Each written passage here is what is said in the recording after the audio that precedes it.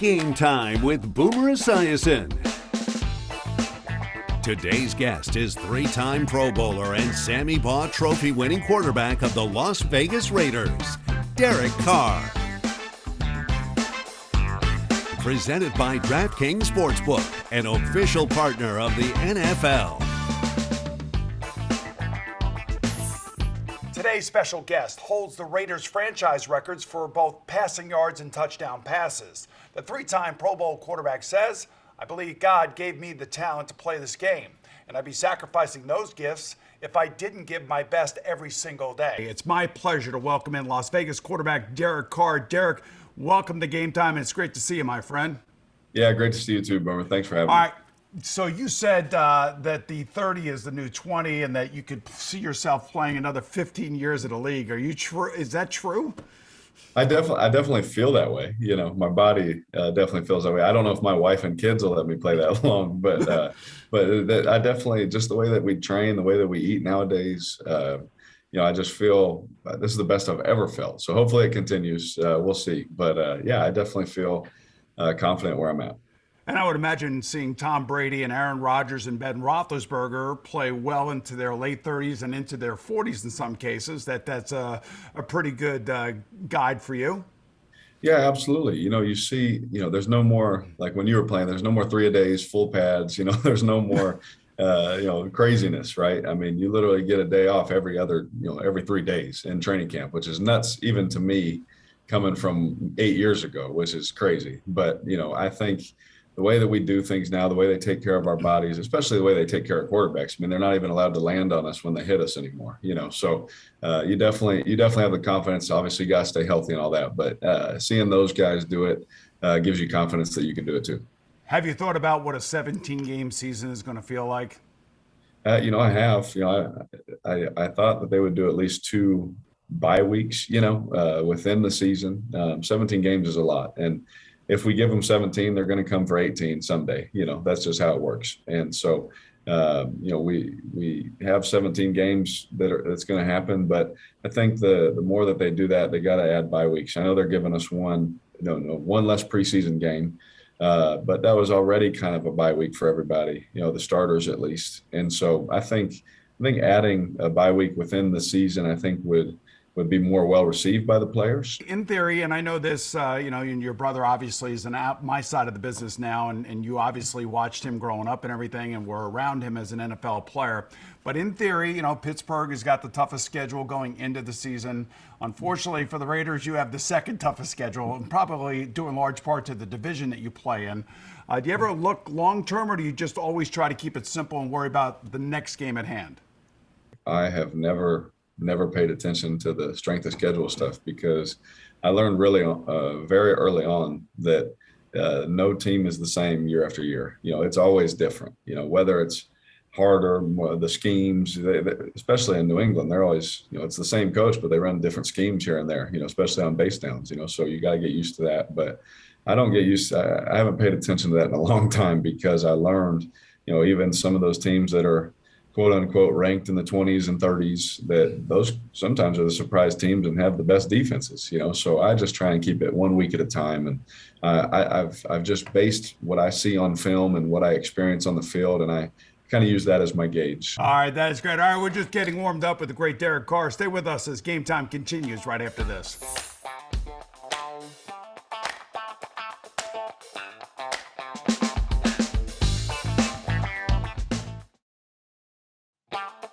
You're watching Game Time with Boomer Esiason.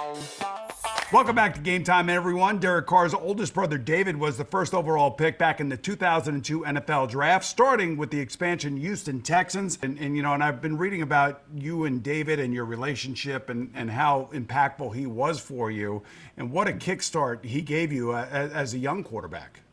Oh, absolutely. I wouldn't be here today without him. What I got to experience and what Dom Capers and Charlie Casserly, Mr. McNair, allowed me to do when I was a 12-year-old kid at that facility in Houston. They allowed me to be around. They allowed me to listen and learn, and do the quarterback drills with my brother, with Chris Palmer, as the coach, and Tony Banks and Dave Ragone as the quarterbacks. I had such an experience that not a lot of kids get to have. And so to me, making it to the NFL was just normal. Like, oh yeah, that's what I'm going to do. Like it was something like, yeah, everyone does. And I think that I'm always going to be thankful to my brother for that experience because it made it seem like it was possible. And I'm thankful for that. But what he's taught me along the way as a quarterback and as a man has kept me here, and it's been awesome. It was interesting. Your brother got sacked, I think it was 76 times his rookie season, and he was like a sacrificial lamb. And maybe you can give us a little, enlighten us on this. What kind of impact did that, or negative impact did that have on David's career? You have to have all the pieces working together. And if you don't have a line up front, I've learned it's hard to move the football. It's hard to get first downs. Second and long and third and long in the NFL is darn near impossible sometimes. And so to be in that situation, I always felt bad for him because when he went to New York and he'd have a chance to play, he'd light it up. He did great. Or he went to Carolina and had a chance, and they come back in fourth quarter comeback and he wins a game, and I'm like, man, what could have been if he just went to an organization that was already in place, had some things already in place. But he doesn't regret any moment of it because he has great relationships, and NFL is very good to him, and all those things. But I as a brother, I was like, man, he's to this day the most talented thrower of a football I've ever been around. I've never seen someone with a stronger arm or more accurate or tougher, stronger in the weight room. The guy was a freak, and I always feel bad, but I think that because of what he went through, he just poured into my life so much, so that maybe along my journey, I could learn and be on top of protections and more of this, more of that, and it's helped me in my career. You followed your brother to Fresno State, and you were known as Little Carr at Fresno State. It didn't start off all that great for you, though, however, did it? No, I didn't. I graduated high school early because I thought I was going to be the starter. I went in obviously competing and all that, and I thought I won, and I thought I was going to be the guy. And Pat Hill said the best thing for me as a player was to wait. And a little kid, 18 years old, doesn't want to have patience. I didn't want 19. I didn't want to have patience. And but I am thankful at Pat because it allowed me to get my body ready. It allowed me to mature. It allowed me to get my life right and ready before it was my time to take over. Because I don't know how I would have handled the success early on. I don't know if I was ready, as a kid at that age. So I'll always be thankful to Pat Hill for making me wait, because when I did wait, he brought in some weapons for me, obviously, and Devontae and all those guys. All right, we'll return to with Derek Carr right after these messages.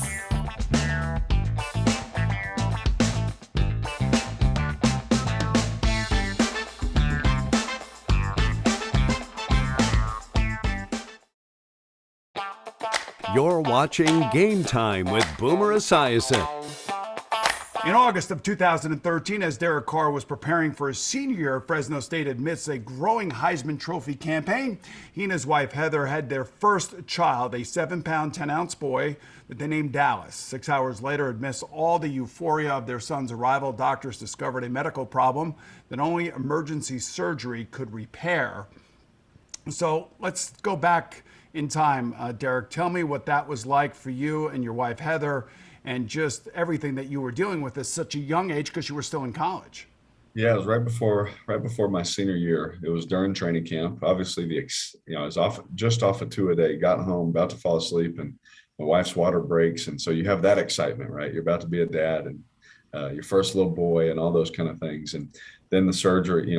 He's rushed to the hospital, and all these kinds of things, and I just I didn't know what to think, because one, I didn't know how to be a dad. I had no clue what I was doing. You're trying your best, and all those things. But at the same time, I had to be a great husband and strong, I should say, for my wife, because obviously the emotions of giving birth and now your son's being taken away to a different hospital and all that. So I don't wish that for anybody, but I'm thankful. I'm thankful that we have a very successful story. I'm thankful that we got to take our son home a month later, and all those great, wonderful people at Valley Children's Hospital helped us. How did that change your perspective on football and life? It definitely showed me, because everything leading up to that, everything about my life was everything. Anyone in my life was helping me with football, so everything was pointed towards football. Everything was going to practice, working out, eating right, this kind of thing, lift, that, practice, throw, this. And at that moment, I realized how much I didn't care about that at all. And I mean that in a way that nothing could change the fact that my son was laying in a hospital bed. Nothing could change, like no amount of lift, nothing I could do physically. And it put a perspective on my life that, my faith, my family are the most important things to me. And I won't sacrifice those things for football. Now, that doesn't mean I give anything less. I've given this game everything I have, literally. And I'll continue to do that until I'm done. But it really put a perspective for me on life that I better make sure that I'm a great husband and a great dad every single day before I'm a great football player. You're the almost becoming the Raiders version of Philip Rivers. You have 4 kids. He has 9. You have 3 other kids. Tell me about them. Yeah, so that's one thing I don't compete with Philip at. We're done. So Philip, okay. Philip wins that one. He can have that. But we have Dallas is our oldest, Decker, and then Deacon. So we had 3 boys, and we tried for a 4th and finally got our little princess. So Brooklyn May, she's 8 months old. We finally got our little girl. More with Derek Carr right after this.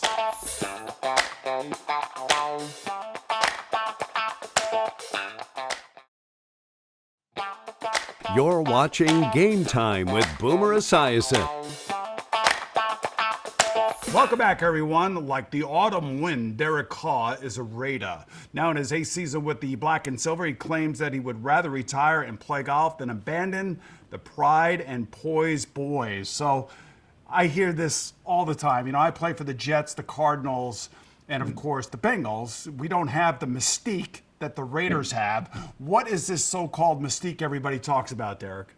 It's just family, and I've been through the highs here. I've been through the lows here. And there's something about this place that makes me just say, I don't want to be anywhere else. Would it be easier somewhere else? Maybe. Would it be, easier to play or go somewhere else? Yeah, maybe. But, I've had many of my buddies, trying to tell their head coaches, GMs, they're like, dude, we'll get you, we'll trade for you, all these kind of things. But honestly, bro, it sounds great, but I want to be here. I want to win here. I think if I went somewhere else and won, awesome, great, that'd be fun. But if we could win a Super Bowl here with everything that we've been through and everything that I've seen, I could write an amazing book, definitely a #1 seller on the things I've seen in my time here. But I think it would just be so much more special to just to do it here and then ride off and play golf. You've had 3 head coaches in your 8-year career. Dennis Allen, of course, you've got Coach Gruden right now. I mean, when you think about the instability around you, are you frustrated by what you've had to deal with? When we're early on, like as a young whippersnapper, I'd say, you get frustrated and think the world has to revolve around you and all this kind of stuff. And sometimes I felt like I was, rightfully in the right place, right frame of mind, thinking that way. But I've gotten to the point now where I don't need a perfect situation. I've just kind of just taken that ownership that maybe it won't be perfect. Maybe it'll never be perfect. I don't know what that looks like. But what I am thankful for is I'm thankful for Coach Gruden. I'm thankful for this organization through all of the changes, sticking with me and giving me the chance to be their quarterback, because waking up every day and being the quarterback of this place is a dream come true for me, and I treat it like that. Your GM, Mike Mayock, says that you and Coach Gruden are like an old married couple. The interesting thing is I covered my former colleague, Rich Gannon, when he was the quarterback for John Gruden and won the MVP, and I watched those guys go at it on the sideline. And I used to ask Rich, man, what was it like playing for that maniac? And he goes, Boomer, he's never happy. He's always striving for greatness, and he's always pushing me, the quarterback, to become great. And that's why he got the best out of me. Do you have the same kind of relationship with Coach? Yeah, it's the same, but maybe since he's older, I mean, he tells me 100 times a day how much he loves me, and but at the same time, he'll be the first one, cussing me out, making sure that I'm on everything, and not, even if it's a good play, not quicker, faster, I can hear him now, it doesn't matter how fast I get through a read or a great ball I throw, like he'll say it. He'll look at me and give me, that look, and then 2 seconds later be like, but you could have thrown a hitch quicker, and so that's how he is. But it's brought something out of me that is pushing me to be better every single day. And when other coaches come up to me and they're like, man, since Gru's got there, and I just see your game going like this. And last year, I mean, you're still getting better. And, Coach McVay last week at the practices, things he said to me, I mean, that's so cool to me, because it shows, Coach Gruden pushing me, and it's paying off, man. The hard work's paying off. It really is paying off. There's no question about that. But, I love some coaches that I played for. I hated some coaches I played for. But the one thing that I would never do is I would never live next to my head coach. Are you out of your mind? You and Coach Gruden are neighbors, right? We are neighbors. We bought our house first. I'll say that. We had ours first. And then all of a sudden my wife came during the season in Oakland. She came out to check on something and she sent me a picture. She's like, "I'm so sorry." I was like, What happened? And it said Gruden residence. I said, "Where is that at?" She said, "Literally one house away from ours." but it's been great. They've been great. They've been great to our boys, and seeing Cindy, Mrs. Gruden, waving to her when I'm driving to the golf course, things like that. It's been awesome. When you think Las Vegas headlines, you think Elvis, Dino, Frank, Sammy, Celine, Siegfried, and Roy, and of course Wayne Newton. But Derek Carr is poised to light up the town as the rebuilt Raiders hope to hit the postseason jackpot. And I got to tell you something, Derek. There are a lot of expectations for a lot of teams. The AFC is loaded with a lot of great young quarterbacks. You have two, in fact, right now in your own division, in Patrick Mahomes and Justin Herbert. We're not sure about Drew Lock just yet. But, man, this is going to be some race to the finish, especially in the AFC. Yeah, it's going to be a fight. Patrick and Herbert are great quarterbacks. They're fun to compete against. Great defenses in our division. Also, great talent everywhere. I'm not even going to start naming them because there's too many. But very excited, for this season. Obviously, Denver on defense, they're unbelievable. Vaughn's back, Chubb's back. I mean, they're gonna be ready to roll. They got new secondary. It's gonna be a dogfight, and that's what you sign up for. Especially when your back's against the wall. When everyone picks you to finish last or things like that. And it is what it is. But we still got to roll the ball out there and play. And I think that's what's fun about football is you still get to line up and still have an opportunity to do what you want to do. So the Vegas now has a NFL team. They have an NHL team, the Golden Knights, and I know you've been a part of that in some of their games. I'm sure your kids probably love going to their games. Yeah. Do you think Vegas could adopt an NBA team, maybe an MLB team as well in the coming future? Absolutely. I think everything's leaning that way. Everyone comes here anyway in the summers, so I think that we'd welcome it. I'd be definitely the first one sitting behind home plate if there's, a baseball team. My boys love baseball. I love baseball and basketball too. I'll be front row. I'll put my feet down. Hopefully get a couple minutes too. That'd be nice. I don't know if you know this. My college roommate was the Indianapolis head coach, Frank Reich. He once said when he retired, he either wanted to preach or coach. Yep. So he left the league for 10 years and created his own ministry down in North Carolina. And now he's one of the celebrated head coaches in the NFL. Do you see yourself following that same path? You know what I do?